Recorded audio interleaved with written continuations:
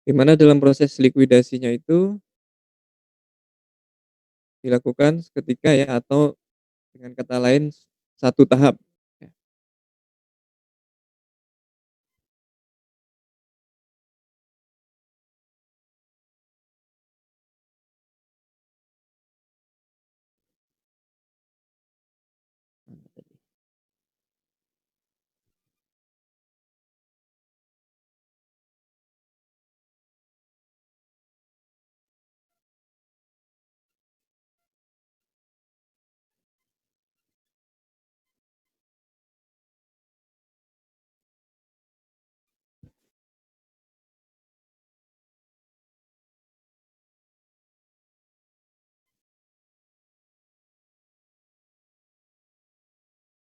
ya. Kalau satu tahap itu diasumsikan, semua aset non kas berhasil dijual sekaligus ya, menghasilkan kas, kemudian kas tersebut akan digunakan untuk melunasi kewajiban liabilitas pihak, luar eksternal dan kewajiban-kewajiban yang lain. Kalau sudah dilunasi, sisa dari uang kas tadi akan dibagikan ke masing-masing partner, ya. Nah, ini dilakukan atau berlangsung secara, satu tahap ya. Padahal pada prakteknya itu, penyelesaian likuidasi ini membutuhkan waktu ya, terutama dalam hal penjualan aset non kas. Untuk yang liquid mungkin lebih cepat terjual karena nilainya relatif, kecil dan mudah dipecah-pecah kalau nilainya besar ya. Tapi kalau untuk aset-aset yang, aset tetap seperti bangunan, kemudian tanah gitu ya, itu butuh waktu untuk, menjual ke pihak luar untuk mendapatkan uang kas ya.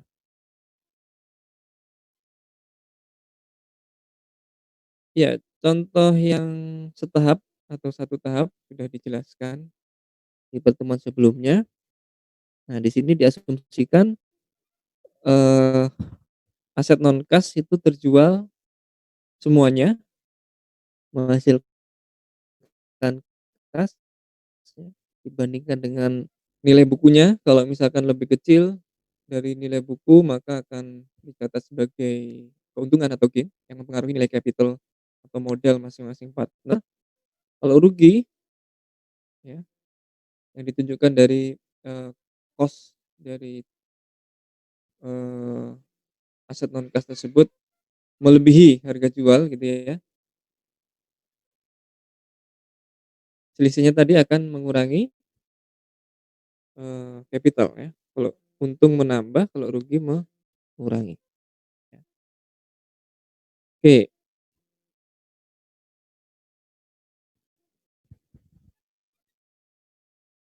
ya laporan likuidasi dibuat ya dalam rangka pembubaran partnership ya.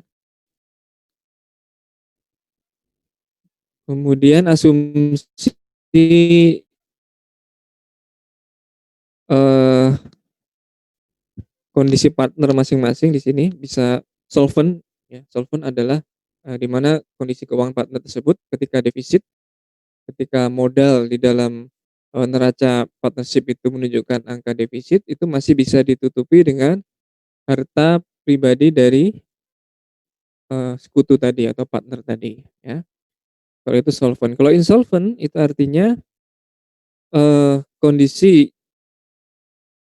modal dari partner tersebut defisit, namun dia tidak mampu menutupi defisit tadi dari kekayaan yang dia miliki ya, dari harta pribadi yang dimiliki. Maka, partner yang lain itu, menalangi ya, menutupi defisit partner yang mengalami insolvent tadi, sehingga, eee, posisi dari modal partner yang mengalami defisit itu setidaknya nol ya, dapat ditutupi dari modal yang surplus dari di partner yang lain. Dan itu ada aturan rate of offset ya.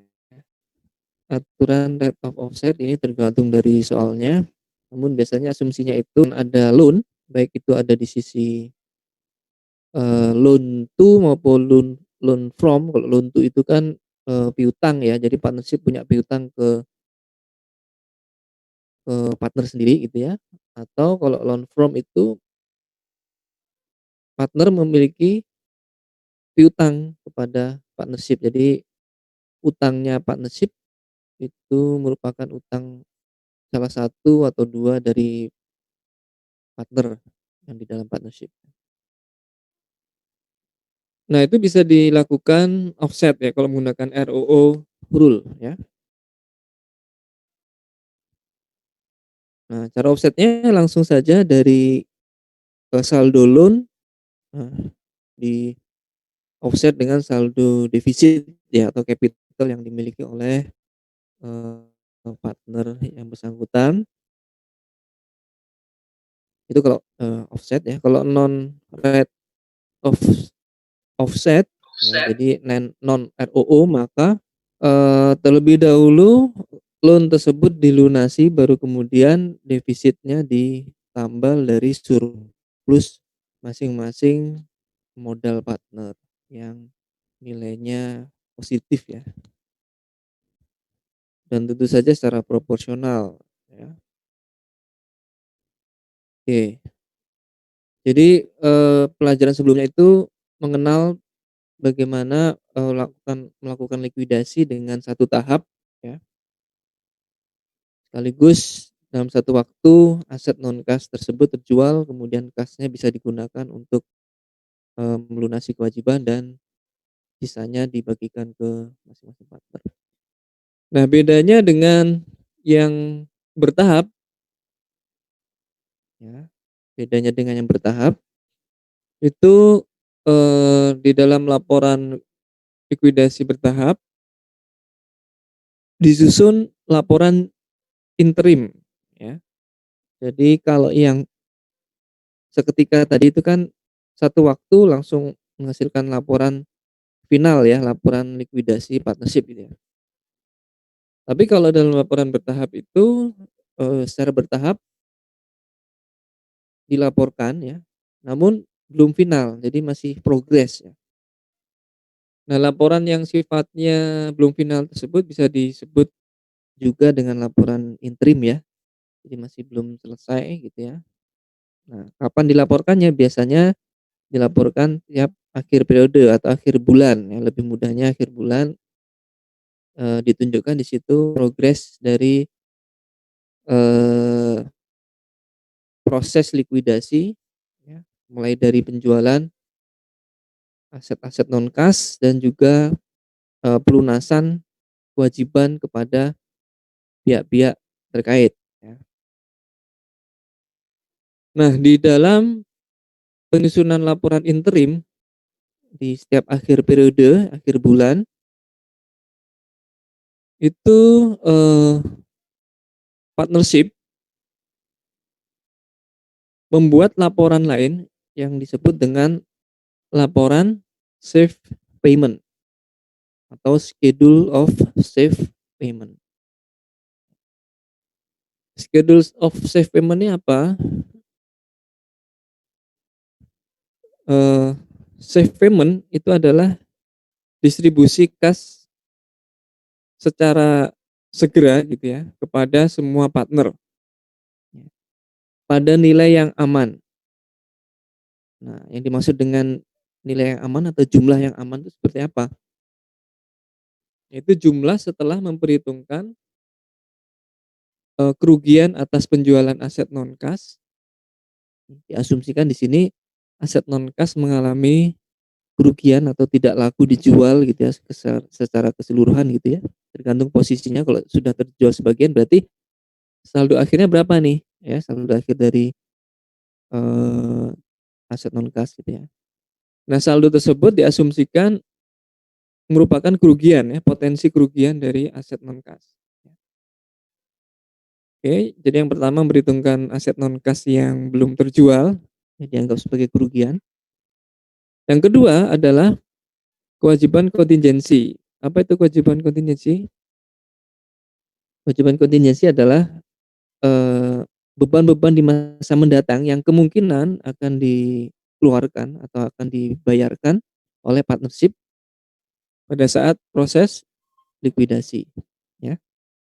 Contohnya apa? Contohnya beban-beban kontingensi di masa mendatang, ya, beban likuidasi, ya. Beban likuidasi itu bisa saja di dalam proses likuidasi membutuhkan biaya legal atau hukum ya untuk menyelesaikan proses likuidasi, kemudian biaya operasional ya terkait penjualan aset-aset non kas ya. Nah, itu semua dicadangkan gitu ya, semuanya dicadangkan eee, sebagai kas yang direstriksi, yang tidak bisa dibagikan kepada partner terlebih dahulu. Jadi safe payment di sini, merupakan, kas yang bisa didistribusikan secara segera kepada seluruh partner dengan mempertimbangkan 2 hal tadi, ya. Nah, kenapa schedule of safe payment ini harus digunakan, harus dibuat ya?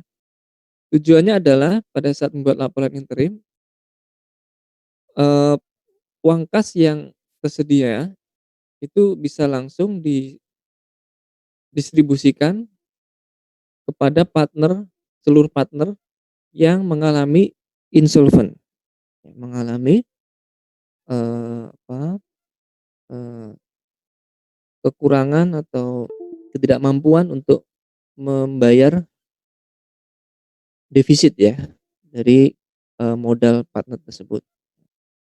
Jadi safe payment ini walaupun tercatatnya itu ada di dalam neraca partnership, tapi setidaknya ada uang kas yang bisa digunakan oleh, eee, partner ya dalam proses likuidasi ya.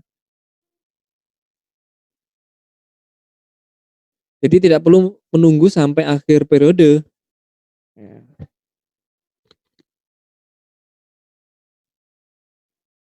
oke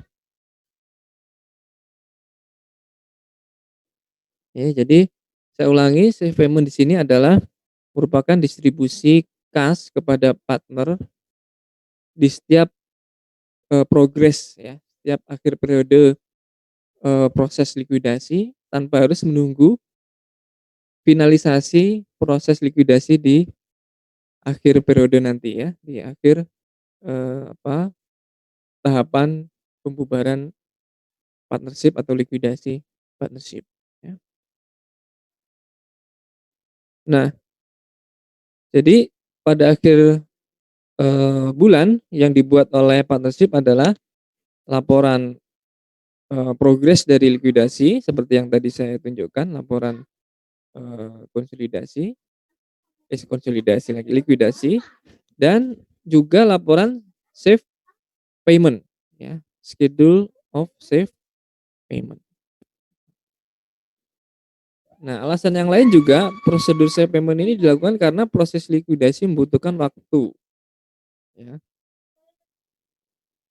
Jadi di dalam neraca sebenarnya kas tersebut masih ada, cuman,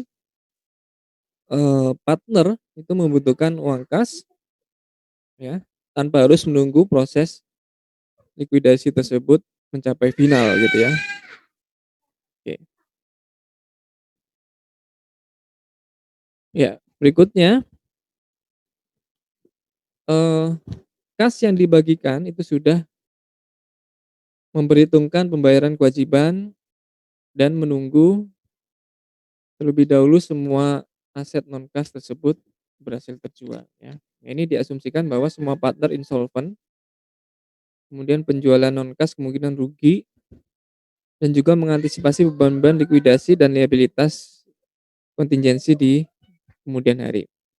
Jadi bisa dikatakan safe payment ini sifatnya adalah, opsional ya, opsional tergantung dari soal yang tujuannya adalah atau yang dilatar belakangi oleh kondisi, keuangan partner yang insolvent, ya, kondisi keuangan partner yang insolvent. Kemudian, ada kemungkinan ada kemungkinan, aset non kas tersebut, mengalami kerugian, ya, baik sebagian maupun keseluruhan. Dan yang terakhir adalah untuk mengantisipasi beban di masa mendatang. Oke, jadi selain laporan konsolidasi juga konsolidasi lagi, laporan likuidasi juga disiapkan juga laporan, eee, safe payment, ya.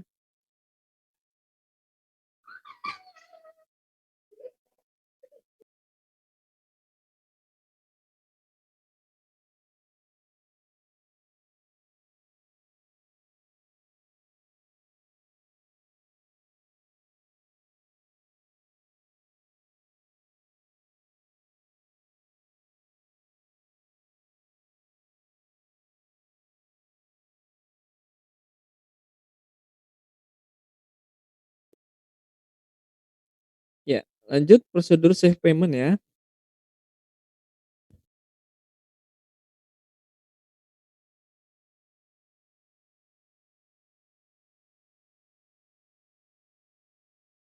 Oh, sebelum ke sini saya jelaskan dulu yang oh, ya ini ya, bener ya. Ya, prosedur safe payment di sini kita lihat, posisi neracanya, cash, loan loan due from ya, loan from berarti ya. Kemudian land, buildings ya, ini di sisi asetnya. Kalau loan due from Max ini kan berarti, piutang kepada si Max, di mana Max ini adalah salah satu partner dari partnership. Kemudian, eee, di sisi kredit ada loan to none ya, loan to berarti hutang, hutang milik siapa? Miliknya si Nan, ya Nan punya piutang ke partnership untuk dilunasi. Nah, anggota partnership-nya terdiri dari Bas, Max, dan Nan, ya. Kita lihat proporsinya atau rasionya 50, 30, 20. Nah, safe payment ini sangat tergantung dari agreement ya antara partnernya, ya. Disebutkan di sini semua partner setuju bahwa kas yang ada di tangan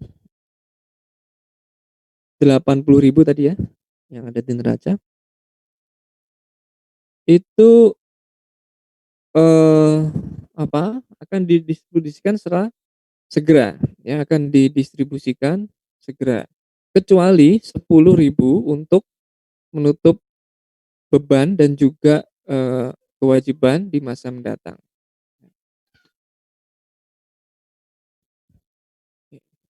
Jadi 10.000 ini akan di-keep untuk meng-cover expand dan contingencies di masa mendatang.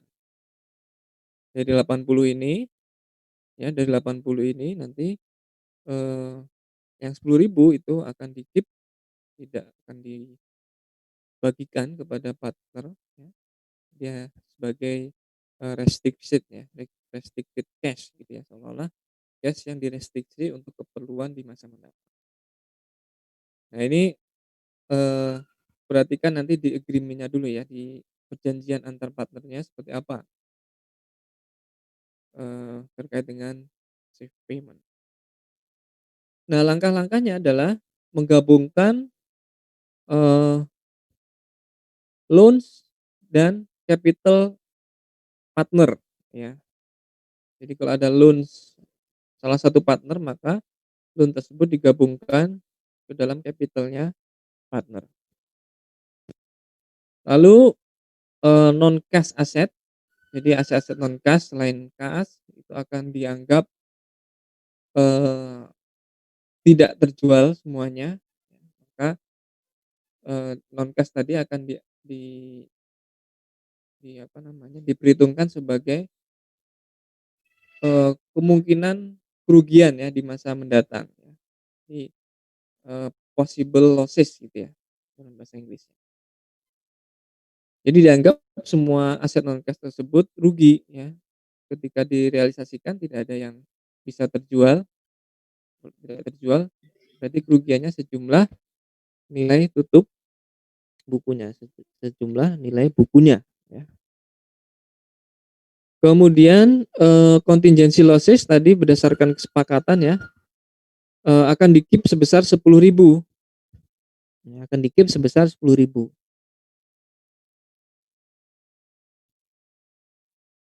Nah, barulah setelah semuanya diperhitungkan, eee, baru didistribusikan ke masing-masing partner, baik itu yang kerugian ya, maupun sisa kas yang akan diterima oleh, partner ya. Iya, untuk membuat, laporan safe payment atau schedule of safe payment, formatnya seperti ini. Jadi ada kolom uraian, ada kolom possible losses, ya, kemungkinan mengalami kerugian, dan ada kolom, capital, bas, max, dan none ya, proporsinya 50, 30, 20. Nah, yang dicantumkan di baris pertama adalah, saldo capital yang ada di neraca dipindahkan ke sini. Nah, tidak hanya saldo capital, tadi disebutkan bahwa untuk menyusun, laporan safe payment itu meng-offset ya, meng-offset loan to dan loan from ya. Nah, untuk yang loan to-nya, loan to-nya di sini,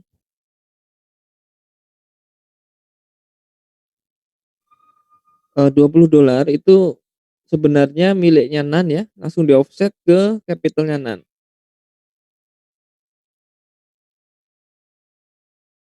Ya, langsung di, offset ke capital-nya NAN. Sehingga NAN nanti akan memiliki saldo 20 ditambah 110 ya, 130. Yang berikutnya loan from, untuk yang loan from, yang piutang, itu akan di-offset dengan, ya kalau max di sini ya, loan due from max berarti ke capital-nya max. 70 dikurangi 10 ya, 60. Oke, jadi tahap awal, loan due from, loan due to itu akan di, offset ke capital ya. Nah, kalau sudah di-offset, aset non kas total, aset non kas total di sini, di neraca itu terdiri dari land dan buildings ya. 20 ditambah 140 ya, 160. Dianggap semua aset non kas ini tidak berhasil dijual atau dianggap mengalami kerugian total sebesar nilai buku. 160 di-split ke masing-masing partner sesuai dengan proporsinya. Kalau 50% berarti 50 dibagi 100 kali 160 ya, setengahnya. Max, demikian juga 30 dibagi 100 kali 160 dan seterusnya sampai ketemu nanti hasil akhirnya adalah equity base itu 30. Defisit atau surplus? Defisit ya, sebesar 30. Kemudian si Max di sini mengalami surplus sebesar 12. Nan juga, surplus. Max surplus 12, Nan surplus 98. Kemudian yang berikutnya $10.000 itu di-keep ya, untuk jaga-jaga di kemudian hari jika ada beban kontingensi, kewajiban kontingensi, beban likuidasi, beban, yang muncul di kemudian hari ya. Nah ini di-split ke masing-masing partner sesuai proporsinya, 50 dibagi 100 kali 10 ya, 5. Nah, 30 bagi 100 kali 10, 3 gitu ya. Ya hasil akhirnya BAS di sini mengalami defisit yang lebih dalam lagi 35, kemudian Max juga ya mengalami pengurangan menjadi 9 equity-nya, sedangkan NAN 96. Nah atas, defisit yang dialami oleh BAS karena asumsinya di sini insolvent ya, maka Max dan NAN itu menalangi kondisi defisit yang apa, dialami oleh BAS ya, 35 kan. Jadi defisitnya 35 ditutup dengan 35. 35 ini nanti akan di-split ke Max dan NAN sesuai dengan proporsinya. 30 dibagi 50 kali 35, ini 21. Terus 20 dibagi 50 kali 35 ketemunya 14. Nah, setidaknya di sini BAS-nya di sini nilai capital-nya atau equity-nya itu menjadi nol, ya, tidak defisit. Nah, justru yang defisit berikutnya adalah si Max. Nah, dari kondisi defisit sejumlah ini maka ditutup oleh NAN karena masih surplus sebesar 12, sehingga capital dari Max 0, capital dari NAN itu berkurang ya, sekarang menjadi 70.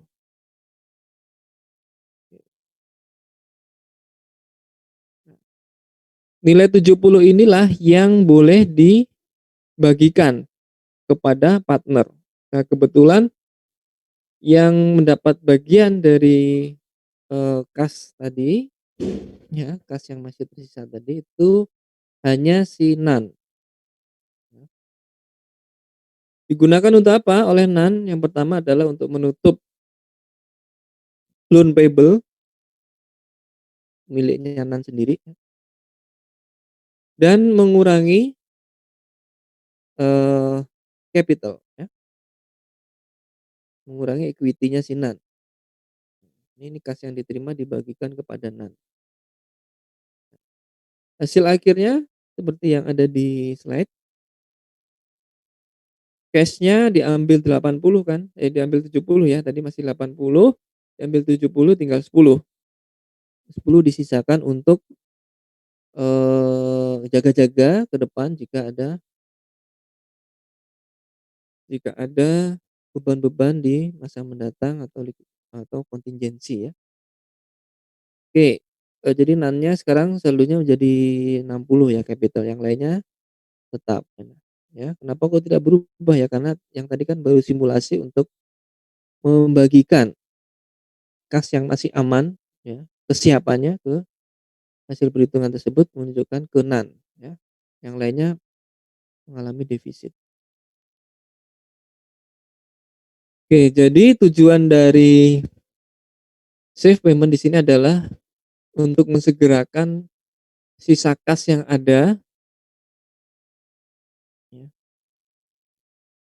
untuk dibagikan ke partner ya, ke partner yang, tentu saja tidak mengalami defisit ya. Ya, dan di sini kan tidak defisit setelah dia menalangi BAS maupun Max, dia masih, saldonya itu surplus. Oke. Jadi menyisakan cash sebesar 10 ya untuk apa tadi, untuk nih, cover expenses and contingency ya, untuk meng-cover, untuk menutupi, expense atau beban dan kontingensi di masa mendatang. Ya, Itu tadi adalah safe payment yang akan digunakan dalam laporan likuidasi bertahap atau prosedur likuidasi bertahap. Nah, di dalam prosedur likuidasi bertahap, ya hampir sama urutannya, yang pertama yang harus diselesaikan adalah liabilitas pihak eksternal, ya, account payable, notes payable, ya account payable biasanya supplier, notes payable bisa, lembaga keuangan atau perbankan ya. Kemudian baru dari situ bisa didistribusikan kasnya ke partner-partner ya, setelah memperhatikan 2 hal ya, tadi apa 2 hal? Yang pertama kewajiban kontingensi di masa mendatang, yang kedua apa, kerugian ya, aset non kas. Dianggap dianggap bahwa aset non kas tersebut tidak bisa terjual semuanya ya. Nah, laporan-laporannya seperti yang saya singgung tadi, kalau untuk laporan, likuidasi bertahap itu ada statement of partnership liquidation secara interim. Jadi ada laporan di tiap akhir bulan atau akhir periode pelaporan gitu ya, untuk menunjukkan progres prosedur likuidasi yang berlangsung ya. Nah, kalau sudah terakhir berarti nanti laporannya final ya, statement of partnership liquidation periode kapan sampai dengan akhir atau finalisasi dari proses likuidasi tersebut ya. Kemudian laporan yang lain adalah safe payment schedule ya. Safe payment schedule tadi sudah dijelaskan merupakan, laporan untuk, menyajikan, eee, berapa uang kas yang aman yang bisa didistribusikan terlebih dahulu kepada para partner ya. Dan ini sifatnya opsional jika diperlukan. Ya misalkan kondisi partnernya di sini adalah insolvent, butuh kas segera, dan juga adanya, restriksi pada nilai kas untuk kebutuhan beban di masa mendatang ya. Kalau itu tidak terpenuhi ya nggak apa-apa, nggak membuat, safe payment, schedule ya.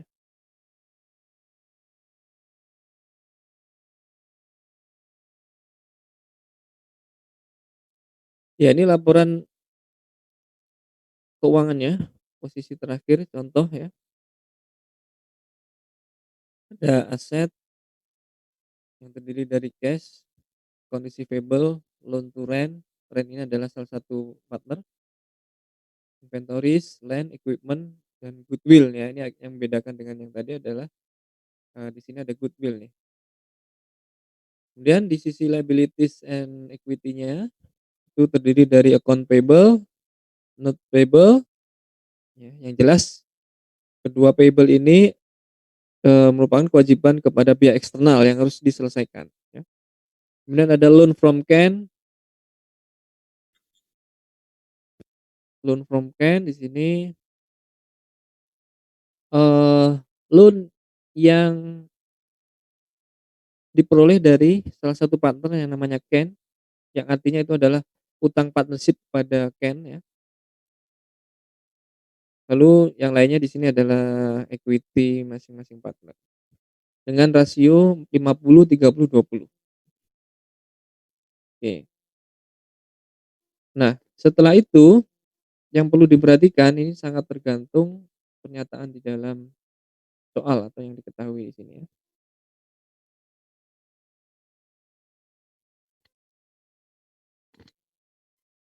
Kita baca dulu. Partnership, debt, can, dan rent itu akan dilikuidasi sesaat setelah tanggal 31 Desember. Jadi mulainya itu 31 Desember 2000, ini 2016 ya. Semua cash akan didistribusikan ya, kecuali 20.000 sebagai saldo kontingensi. Oke. Jadi 20.000 di sini akan selalu disisakan di dalam saldo dan tidak bisa didistribusikan kepada partner, yang tujuannya untuk saldo kontingensi ya, saldo sewaktu-waktu nanti dipergunakan untuk, beban di masa mendatang ya. Nah, eee, sisanya itu bisa didistribusikan ya.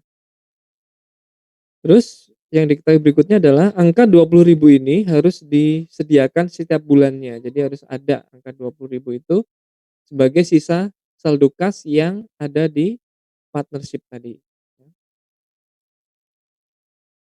Keuntungan dan kerugian hasil penjualan aset non kas itu akan dicatat sesuai dengan komposisi kepemilikan ya 50, 30, 20. Nah, jadi dari soal ini yang diketahui adalah adanya saldo tetap atau saldo kontingensi yang harus dipertahankan sebesar 20.000 setiap bulannya. Nah, ini, nanti akan menentukan bagaimana, perhitungan ya kas yang bisa didistribusikan ke masing-masing partner. Oke. Nah, lanjut ke kronologisnya ya. Kronologisnya di sini terlihat dari bulan Januari sampai dengan April nih ya. Jadi Januari 2017 itu baru beberapa, apa, transaksi yang dilakukan ya.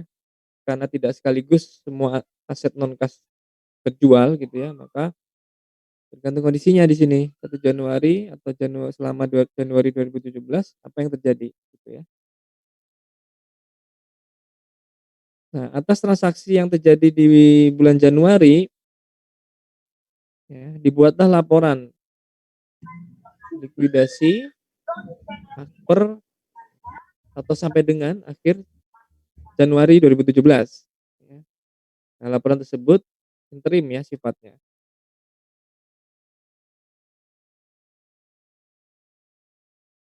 Dan, selain laporan konsolidasi dibuat juga laporan safe payment untuk menyediakan, saldo kas untuk beban kontingensi dan juga membagikan saldo kas yang aman buat seluruh partner.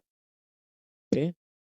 Kemudian bulan Februari sama, di akhir Februari nanti dibuatkan laporan konsolidasi progresnya sampai dengan Februari seperti apa, dan juga, safe payment dibuat dalam rangka menyiapkan, kontingensi di bulan berikutnya ya. Ditetapkan di sini saldo kasnya tetap 20 ya, tidak berubah. Maret baru bisa berhasil menjual aset tetap berupa tanah dan bangunan. April ya diselesaikan proses likuidasinya, berapapun saldonya akan dihapuskan, kemudian kas yang masih tersisa bisa didistribusikan ke masing-masing partner.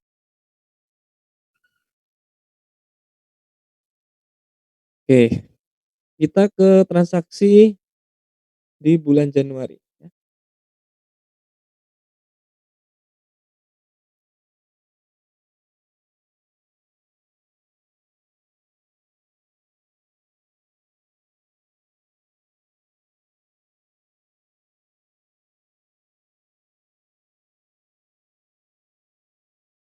Sambil saya absen ya.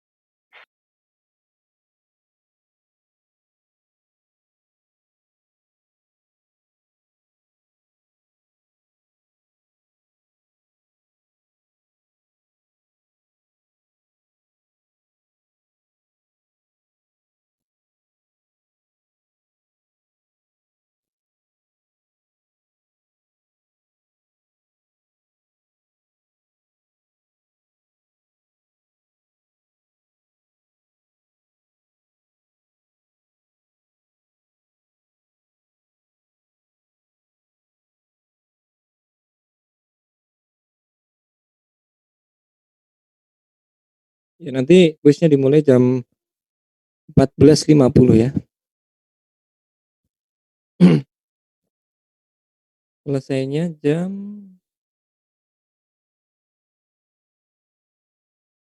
16.20.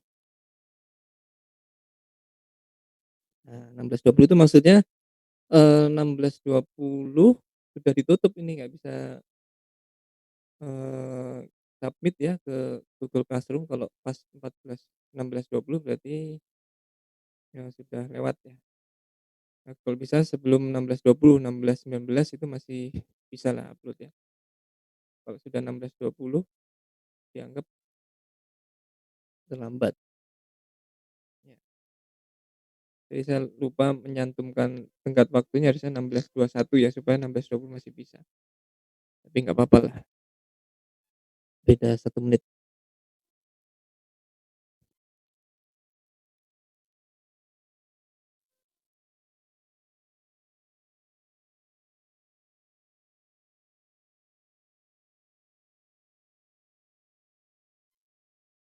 Ya, lanjut ke materi tadi.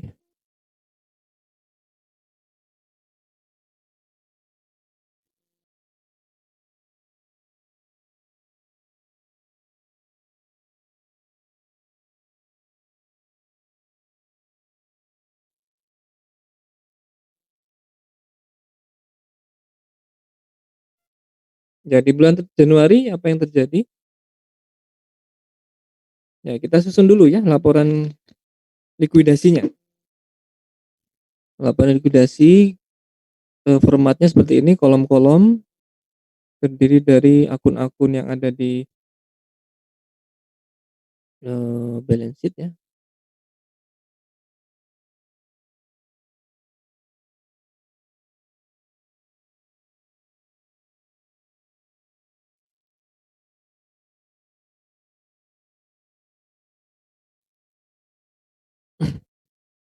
Dipindahkan saja, eee, saldo neraca tadi di dalam laporan likuidasi, kolomnya cash, non cash asset, priority liabilities ya, ini nanti isinya account payable sama notes payable. Kemudian, eee, capital dari masing-masing partner dan juga kalau ada loan ya. Ya, kalau ada loan di sini ditulis kolom tersendiri loan ya. Di sini ada 3 pemilik, debt, Ken, dan Ren.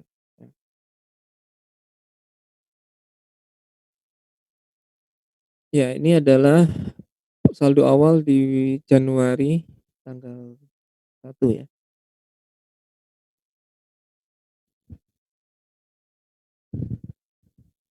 Nah, disebutkan gimana? Loan kepada Ren itu di-offset ke capital balance. Ya, jadi ini, sangat tergantung dari pertanyaannya ya. Kalau disebutkan bahwa, eee, loan itu bisa di-offset ke capital balance, ya sudah, berarti kita ikuti saja instruksinya. Transaksi pertama, aset berupa loan itu akan dihapus, nilainya 40, langsung di-offset ke capital, miliknya si partner yang bersangkutan ya, di sini Ren ya. Loan-nya Ren, loan to Ren, kemudian capital-nya Ren.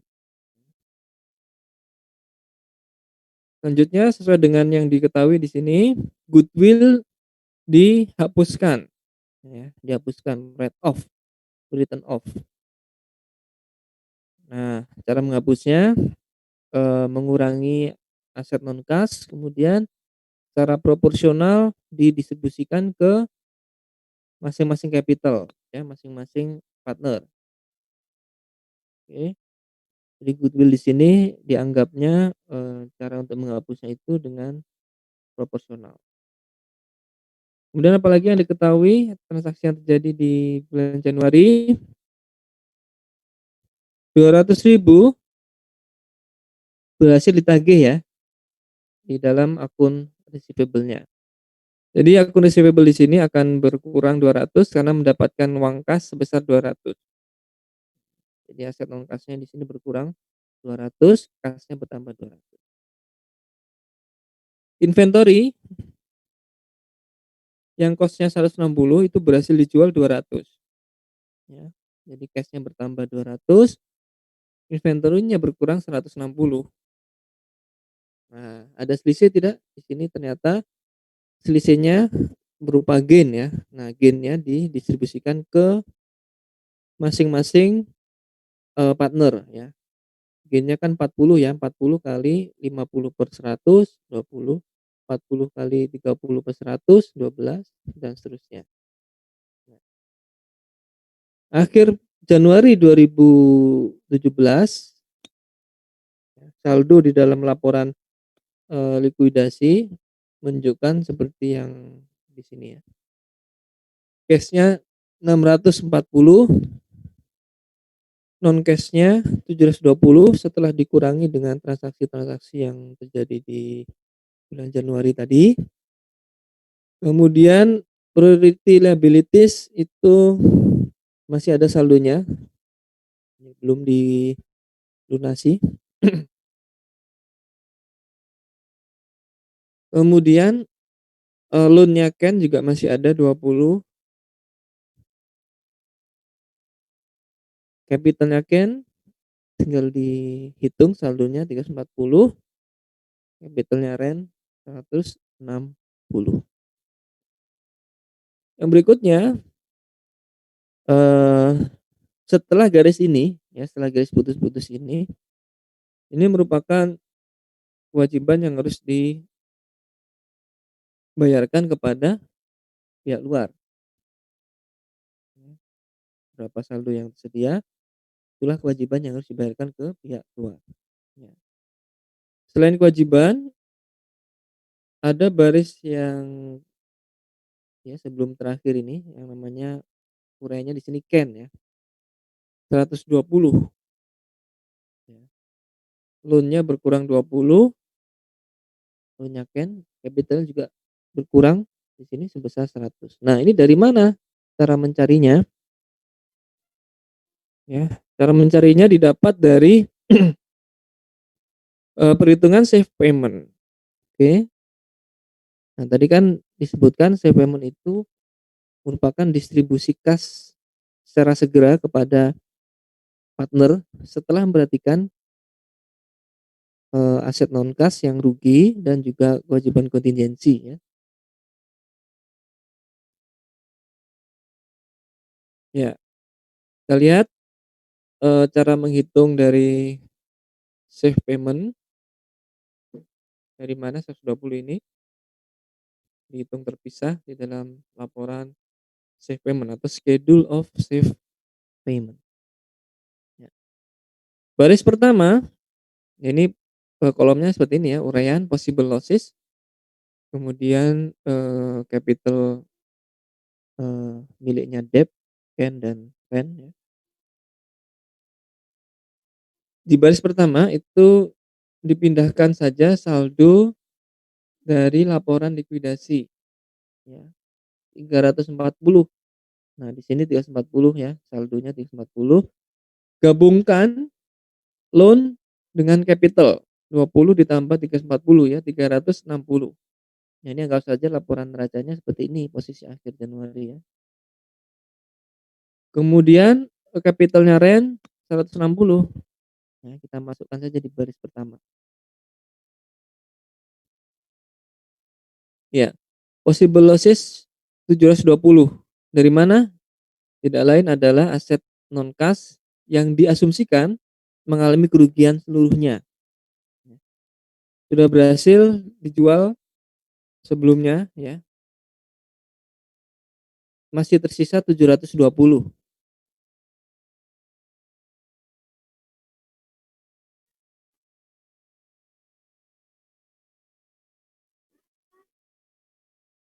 Ya, lanjut ya. Jadi 720 di sini adalah aset non kas yang diasumsikan rugi semuanya ya, atau di write off semuanya. Jadi saldo yang ditutup buku itu, tidak berhasil dijual semuanya, bahkan rugi ya, harus ditutup. Kalau ditutup, maka akan mengkompensasi saldo capital di masing-masing partner ya, 720 dikalikan 50 per 100, 350. 720 dikalikan 30 per 100 sudah 16 dan seterusnya. Saldo akhirnya menunjukkan debt defisit 20, can surplus 144, rent surplus 16. Ya. Kemudian berikutnya, nah di sini disebutnya cash will held. Ya. Maksudnya apa? Tadi sesuai komitmen ya, partnership tadi bersepakat bahwa kas yang akan dibagikan itu tidak termasuk kas yang disiapkan untuk membayar beban di masa mendatang ya. Beban yang sifatnya kontingensi, kewajiban-kewajiban sifat kontingensi sebesar berapa? 20.000.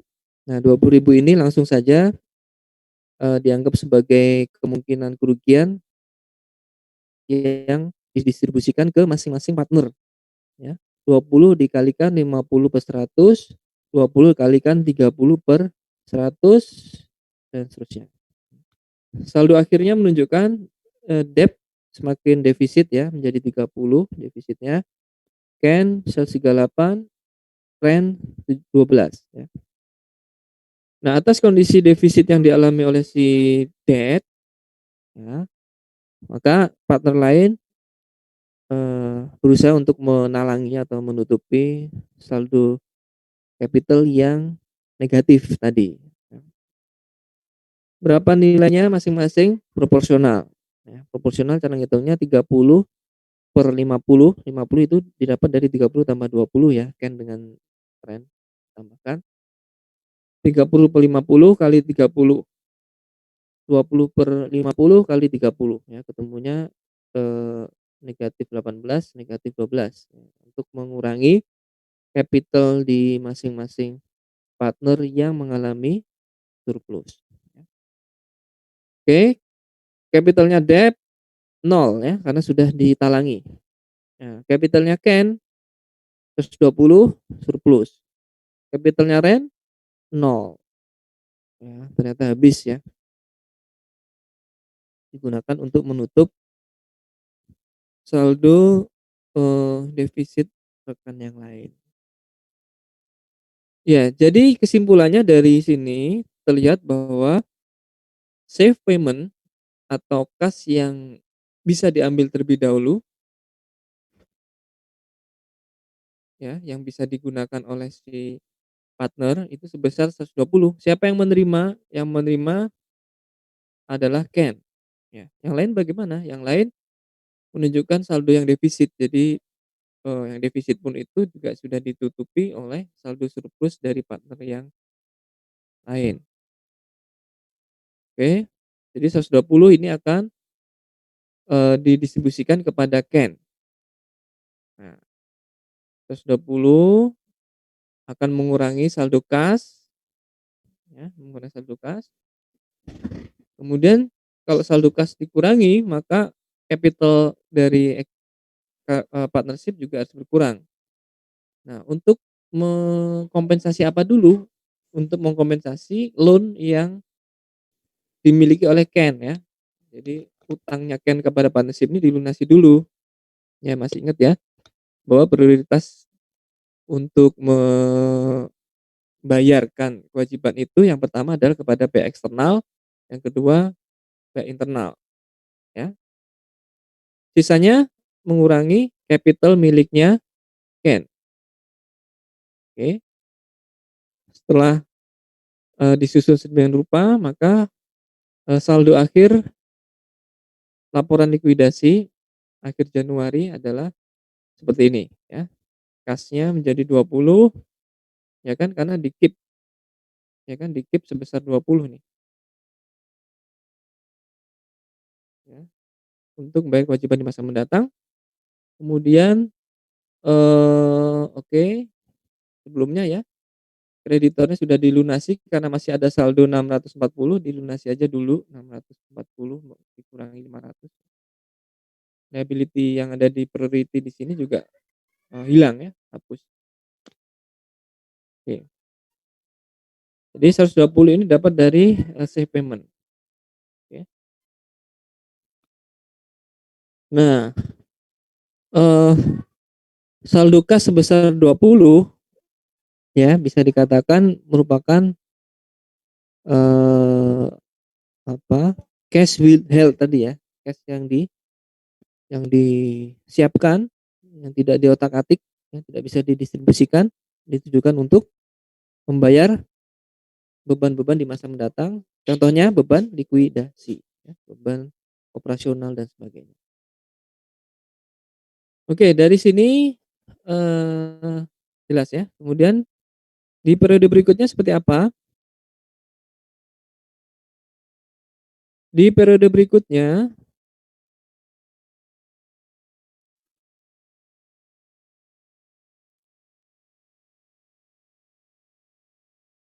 ya, bulan Januari, apa yang terjadi bulan Januari?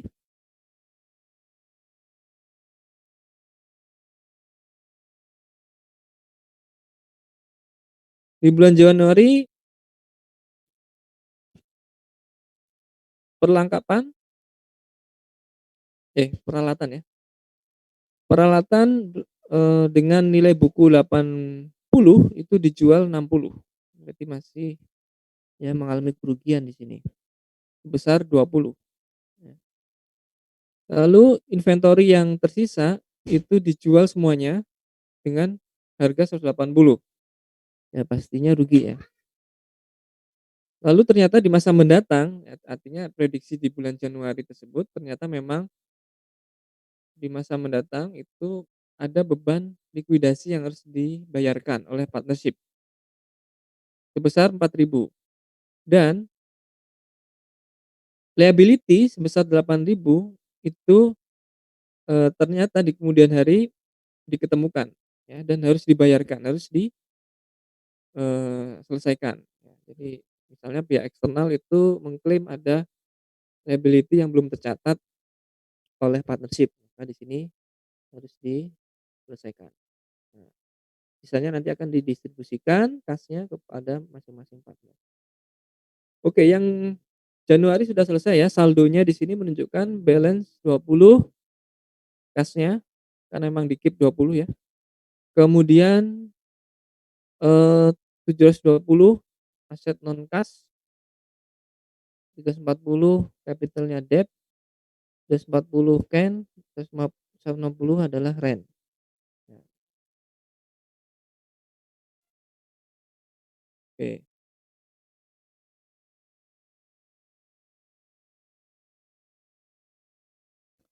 Nah, 20 ini masih di-keep, ya. Nah, ini bisa saja begini ya, contoh kasusnya, eee, pembayaran untuk kreditor mungkin nggak cukup, ya kan. Di sini diasumsikan ternyata, uang kasnya adalah 640 ya, 640 masih ada utang 500, ya bisa dilunasi sebesar 500 karena kas-nya cukup. Kalau nggak cukup gimana? Kalau nggak cukup nanti dalam save payment itu harus memperhitungkan yang namanya, contingency liability sebesar ya, sebesar, utang yang belum bisa dilunasi di periode tersebut.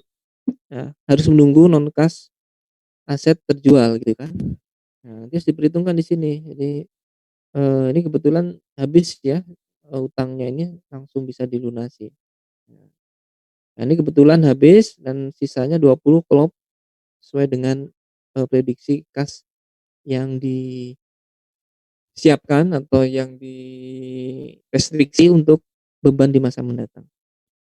Oke, yang berikutnya, equipment sale. Jadi peralatan yang berhasil dijual itu cost-nya 80 tapi harga jualnya 60, rugi 20. Nah, 20 ini akan di-spread ke masing-masing, equity dari partner ya. Kemudian inventory sisanya itu berhasil terjual semua tapi harganya 180, padahal sisanya kan 240 nih cost-nya. Berarti rugi, rugi sebesar 60 yang akan di-share ke masing-masing capital ya. Ini ruginya 30 ke debt, 18 ke Ken, 12 ke rent ya. keren sekali. Kemudian, di bulan Februari, ternyata ada pembayaran beban likuidasi 4.000. Nah, 4.000 ini akan mengurangi cash, otomatis dalam, neraca itu akan mengurangi saldo capital, debt, can, dan rent, ya, proporsional ya. Kemudian, eee, liability yang berhasil ditemukan atau yang diklaim muncul kembali di sini besar 8, ya, kalau liability 8 maka capital-nya juga akan berkurang, ya, besar 8 masing-masing secara proporsional sesuai dengan kepemilikannya. Balance-nya berapa? Balance-nya di sini, akhir Februari 256 cash-nya karena berhasil menjual berbagai macam aset non kas. Kemudian, aset non kasnya masih tersisa 400, ya, nanti akan dicatat sebagai possible loss sebesar 400 dalam schedule of safe payment, oke. Kemudian, liability masih ada 8, eee, capital-nya debt 294, can 212,4, rent 141,6. Nah, masih ada liability, ya, setelah garis di sini nih nggak ada garisnya ya. Setelah garis di sini diselesaikan dulu kewajiban-kewajibannya. Kepada siapa? Kepada, kreditor yang mengklaim, ya, ada hutang yang belum dicatat oleh si partnership, ya. Nah, ini mengurangi cash sebesar 8, mengurangi juga, liability sebesar 8, ya. Nah, kemudian yang berikutnya ini adalah safety payment. Jadi kewajibannya sudah dibayarkan, nah kira-kira safety payment-nya berapa? Ya, safety payment-nya di sini kita bisa hitung secara kebalik ya. Intinya adalah bagaimana supaya saldo kas itu masih 20, ya, masih 20. Kenapa? Tadi disebutkan setiap bulan tuh harus disiapkan, ya, saldo sebesar 20, ya, kas untuk kewajiban atau beban-beban di masa mendatang. Di bulan kalau ini akhir Februari nanti berarti Maret, ya. 20 ini digunakan untuk jaga-jaga di bulan Maret, oke. Sambil menunggu, aset non kas yang lain di bulan Maret itu akan lunas gitu ya, atau terjual semuanya. Ya kan masih ada 400 ya aset non kasnya. Oke, jadi, eee, kalau menyisakan 20 berarti kan harus dikurangkan sebesar 228 gitu ya. Itu boleh, pakai pendekatan seperti itu, tapi sebaiknya pendekatannya ke perhitungan safe payment aja dulu ya, pendekatan safe payment, oke.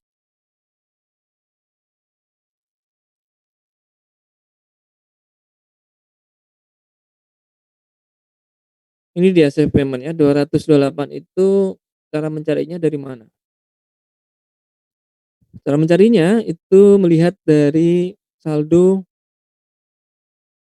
eee, capital yang ada di masing-masing partner, ya. Didapat dari mana? Ambil saja dari laporan likuidasi, ya, 294, 294, 212,4, 141.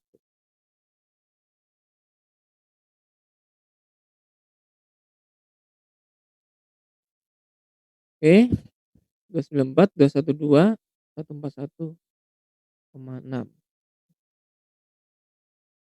Possible losses-nya didapat dari mana? Non kas yang kemungkinan tidak terjual semuanya kan?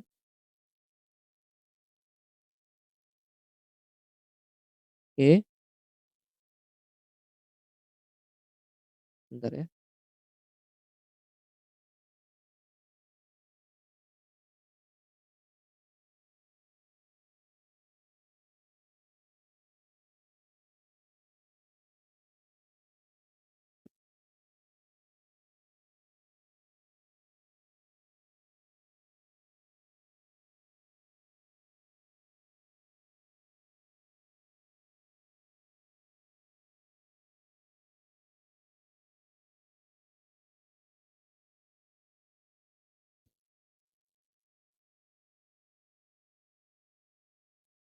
Saya ulangi ya.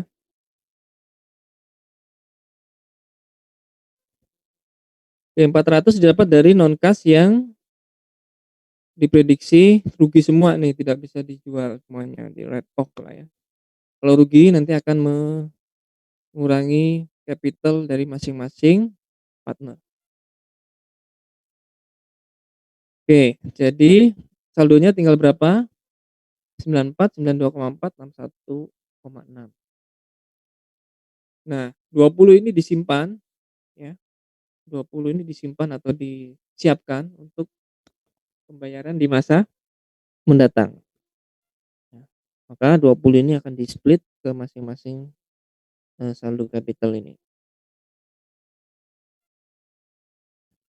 Hasil akhirnya 84 untuk debt, 86,4 untuk CAN, 57,6 untuk REN ya, yang nantinya akan mengurangi, kas dari siapa? Partnership ya.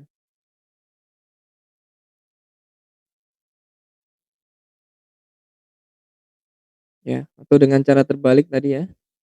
Jadi gimana caranya supaya cash-nya di sini menjadi 20 sesuai dengan kesepakatan ya, masih menyisakan 20, berarti kan harus dihapuskan, harus dibagikan sebesar 228 ya. 228 nanti kalau dipecah, mecahnya gimana? Mecahnya dengan schedule of safe payment ya, schedule of safe payment ya. Caranya ya ini, hitungan-hitungan tadi dimasukkan saja. Oke, yang berikutnya bulan Maret dan April. Apa yang terjadi di bulan Maret dan April? Di bulan Maret, land terjual 150. Nah, ternyata benar ada beban di kemudian hari yang namanya beban likuidasi sebesar 5.000 ya. Kemudian di bulan April, sisa dari, peralatan itu akan dijual 150. Kemudian receivable dihapuskan semua dan di akhir April nanti semua kas sisanya tadi akan didistribusikan ke masing-masing partner. Oke, kita lihat lagi laporannya. Bulan Februari, tadi ya yang terjadi seperti ini, menyisakan cash sebesar di awal Maret 20, aset non kasnya masih 400, kemudian liabilities-nya 0, ada lagi karena sudah dilunasi ya. Kemudian, capital dari masing-masing partner itu masih menyisakan ya, debt 210, CAN 126, REN 84. Oke. Lanjut ke bulan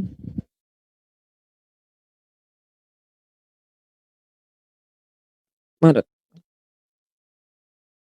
Land berhasil dijual dengan harga 150 ya, sementara cost-nya adalah 100 ya. Mengalami keuntungan atau kerugian?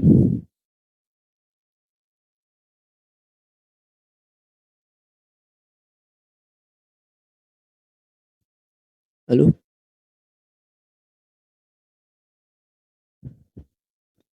Tes tes, halo? Kedengeran nggak? Kedengaran, Kak. Oke, ya. Jadi mengalami keuntungan atau kerugian atas penjualan land tadi? Keuntungan, Pak. Keuntungan. Keuntungannya akan di-split ke masing-masing capital ya. Split-nya 50 ya, 50% untuk debt jadi 25, 30 untuk si Ken, 20 untuk si Ren.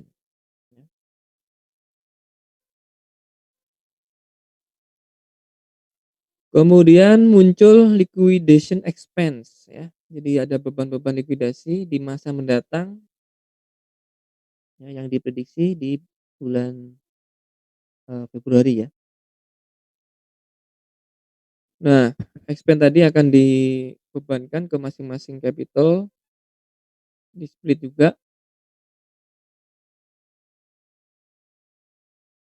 kemudian masih ada 165 cash-nya, lalu non cash-nya tinggal 300, masih menyisakan apa tadi, inventory ya, dan juga account receivable ya, masih ada 300 dan yang lainnya saldonya tinggal dihitung. Kemudian, menurut schedule of payment kan juga diharapkan di bulan April itu masih tersisa $20.000 ya. Nih $20.000 gimana cara supaya, masih tersisa di sini 20.000, berarti cash yang bisa didistribusikan hanya sebatas 145. 145 di sini di-split ya. Ya, kita lihat di schedule of payment-nya. Nah, di sini nggak ada ya.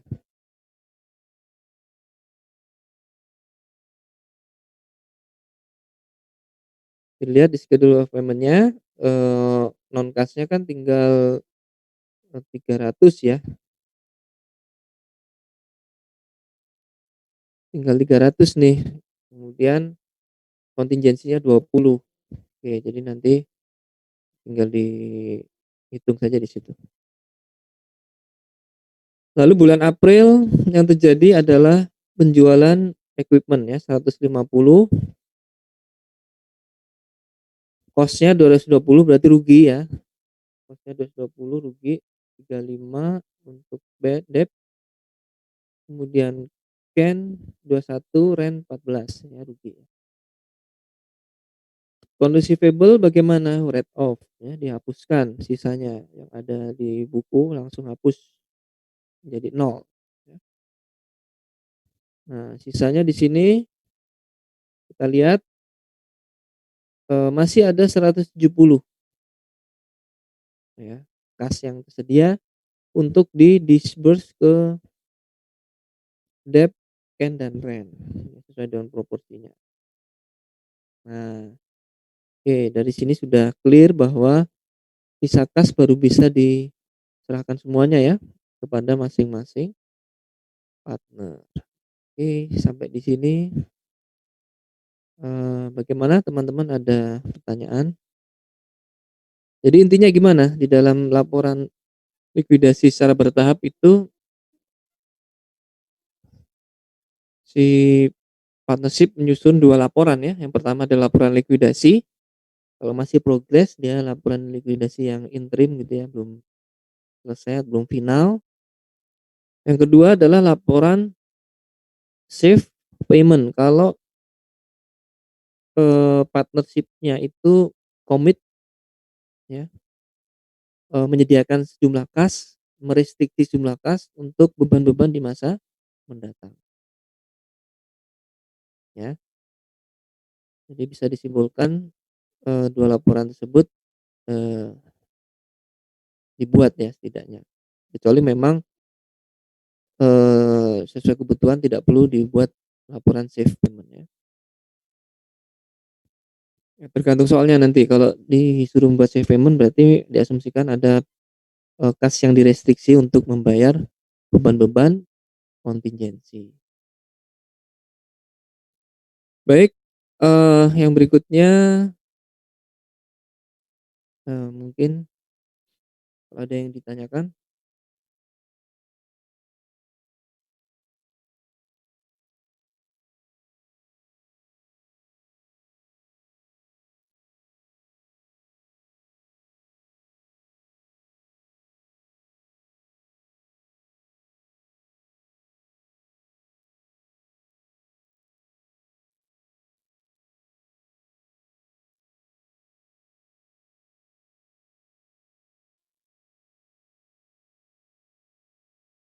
Ya masih 10 menit lagi ya. Sambil menunggu, saya mau absen dulu. sekalian, videonya diperlihatkan ya. supaya saya bisa screenshot.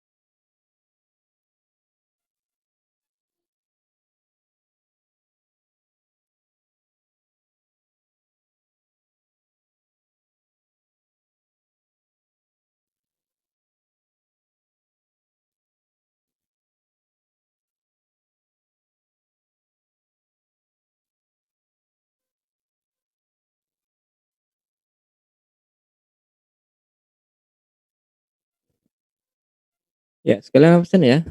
Avani ada? Hadir, Pak.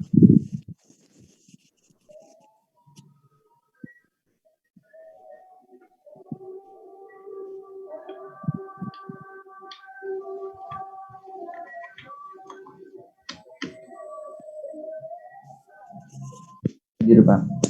Ya.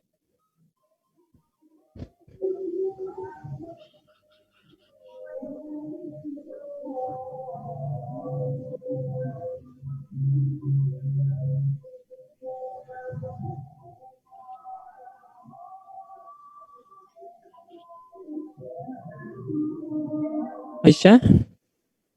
Hadir, Pak.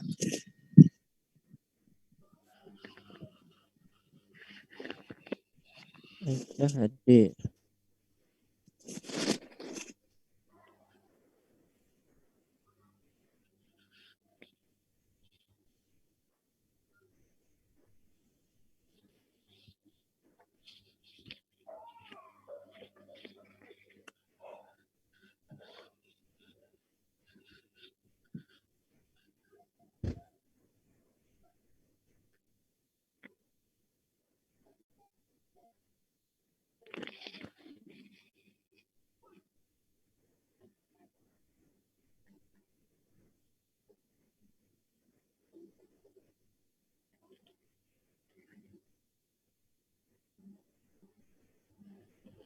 Oke, lanjut lagi.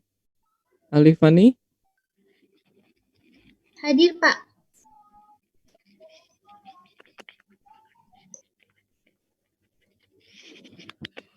Anissa? Hadir, Pak. Ardi? Hadir, Pak.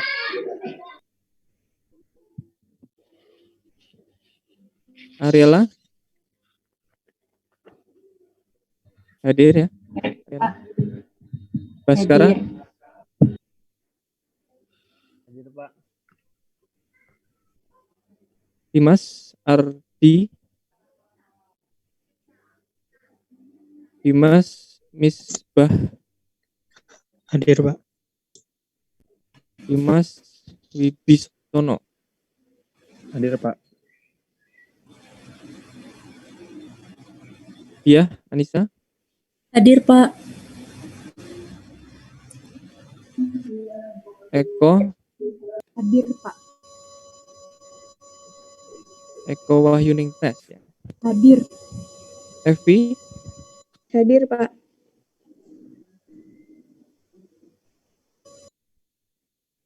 Fatina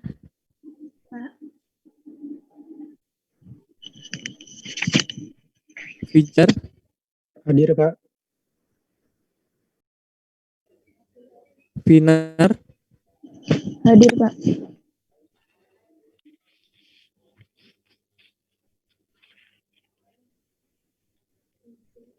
Ikhwan Hadir, Pak. Izzati Hadir, Pak. Maharani Hadir, Pak. Maulana Hadir, Pak. Mei Deka Hadir, Pak. Meisari Ayo, Pak. Muhammad Fakih Hadir, Pak.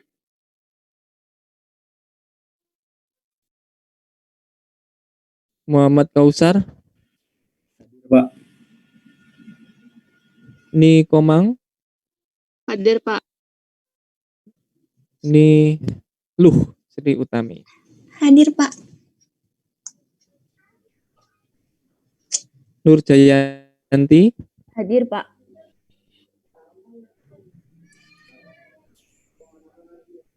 Nurul Armalia Hadir, Pak. Rani Hadir, Pak. Reviana Hadir, Pak. Rival Hadir, Pak.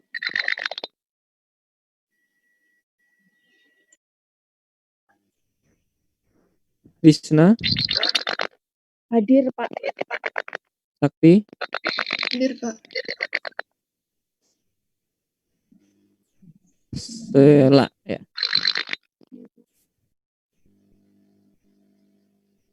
Sela Purnama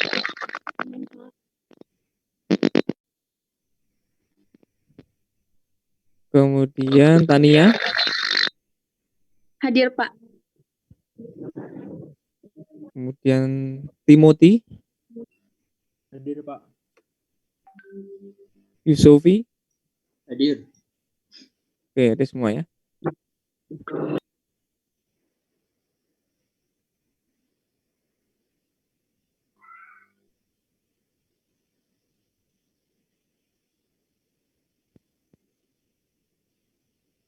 Oke, silahkan dilihat apakah sudah muncul pertanyaannya. Open book ya, silahkan menggunakan berbagai media, asalkan tidak saling mencontek ya. Tolong dijaga integritasnya.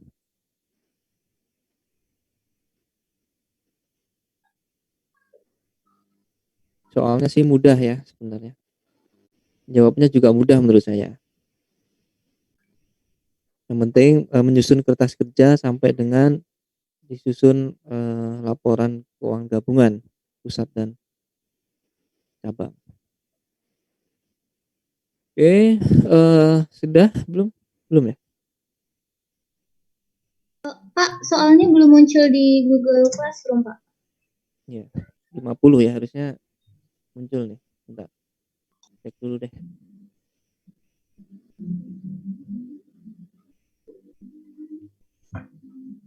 Sudah kok. Udah belum? Di saya sudah, Pak. Sudah, Pak. Yang lain? Sudah. Yaitu ada 2 tipe, ya. 2 tipe, salah satu tipe ya tergantung nanti dapatnya yang mana. Oh, udah ya, udah semua ya. Dikumpulkannya 16-20 ya, jangan pas 16-20 karena 16-20 itu sudah tutup, berarti 16-19 ya paling enggak kumpulinnya.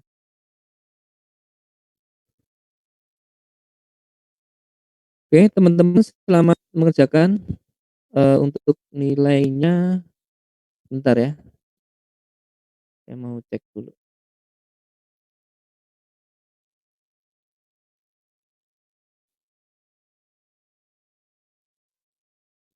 Oke, selamat mengerjakan.